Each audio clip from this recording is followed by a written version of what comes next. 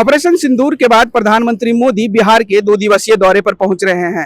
नमस्कार, मैं शिव और आप देखना शुरू कर चुके हैं आर्यन खबर। प्रधानमंत्री मोदी 29 मई और 30 मई के 2 दिवसीय दौरे पर बिहार पहुंच रहे हैं।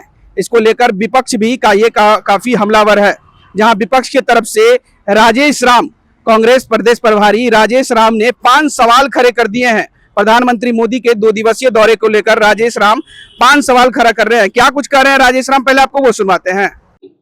तो आप पीछे कैमरा घुमा कर देख सकते हैं कि सारे इनके समर्थक जो सैकड़ों के तादाद में यहाँ उपस्थित हैं, सभी ने यहाँ एक मुश्त में एक साथ एक स्वर से पार्टी का सदस्यता ग्रहण किया है। इसके लिए मैं हाजी मोहम्मद परवेज सिद्दीकी साहब और उनके टीम को मैं पुनः बधाई देता हूँ, आभार प्रकट करता हूँ कि आपने भारतीय राष्ट्रीय कांग्रेस पार्टी के आदरणीय नेता राहुल गांधी जी के विचारों से, मल्लिकार्जुन खड़गे साहब के विचारों से और लगातार जिस तरह से बिहार में दलित पिछड़ा, अति पिछड़ा और जो है भीमवादियों के प्रति जो आस्था कांग्रेस पार्टी के अंदर बढ़ी है, उसके इंस्पायर होकर के इन्होंने जिस तरह से किया है, इनके साथ पार्टी पूर्ण रूप से ताकत से खड़ी रहेगी और इनकी सकारात्मक सोच को हमेशा रिस्पेक्ट करते हैं। दूसरी तरफ कल प्रधानमंत्री जी का यहाँ आगमन है और प्रधानमंत्री जी का जब आगमन है तो बिहार के लोग काफी यहाँ पे इंतजार कर रहे हैं कि प्रधानमंत्री जी जब यहाँ आते हैं तो चुनावी वर्ष में बहुत कुछ बिहार को दे जाते हैं, वो जुमले के रूप में बिहार में बहुत कुछ दे जाते हैं। तो उसके लिए मैंने 5 सवाल यहाँ पे रखा हूँ।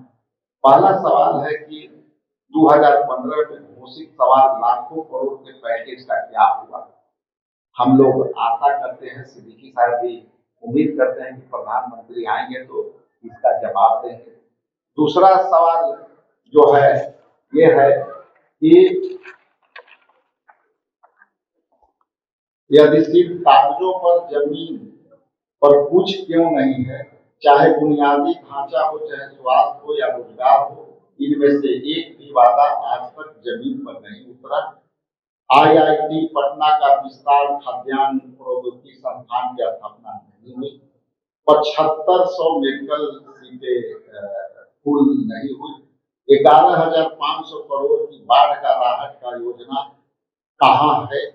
ये सवाल मैं आदरणीय प्रधानमंत्री जी से पूछना चाहता हूँ। दूसरा है कि बिहार में गुंडों के हवाले क्यों कर दिया गया है। पटना, बक्सर, छपरा जैसे इलाकों में हाल ही में खुलेआम फायरिंग और हत्या हुई। योजनाओं औसतन 8 हत्याएं, 33 अपहरण और 136 जघन्य अपराध हुए। ये भी हम लोग बिहार प्रदेश कांग्रेस कमेटी की तरफ से सवाल जानना चाहेंगे। और क्या बिहार में गुंडा राज की स्थापना हो गई है? क्या कानून व्यवस्था पूरी तरह ध्वस्त हो चुकी है? सवाल नंबर 4, नीतीश कुमार के जो अभी नीतियां हैं और खास करके जो अस्वस्थ चल रहे हैं, उसके तहत क्या उनसे फायदा लेने का प्रयास है? कैग रिपोर्ट बताती है कि बिहार के स्वास्थ्य सेवाओं में 60% पद खाली है और इस बीच मुख्यमंत्री नीतीश कुमार के जिससे स्वास्थ्य का चिंता हम लोग करते हुए जो है चिंता की चर्चाएं करते हैं। ऐसे स्थिति में आखिरी सवाल मेरा ये है कि क्या भाजपा नीतीश की खराब तबीयत फायदा उठा रही है और बिहार अब वादों से नहीं विकास के प्रमाण मांगता है। हर चुनाव के पहले घोषणाओं की बौछार आती है, इसलिए यह सरकार चुकी है। जैसा कि मैंने कहा कि हमारा कई सवाल है और हम उम्मीद करते हैं कि आपके माध्यम से जो मेरी सवाल है उसकी जवाब हम लोग को जनहित में हमने पूछा और जनहित में ये सवाल के सकारात्मक उत्तर आएगा।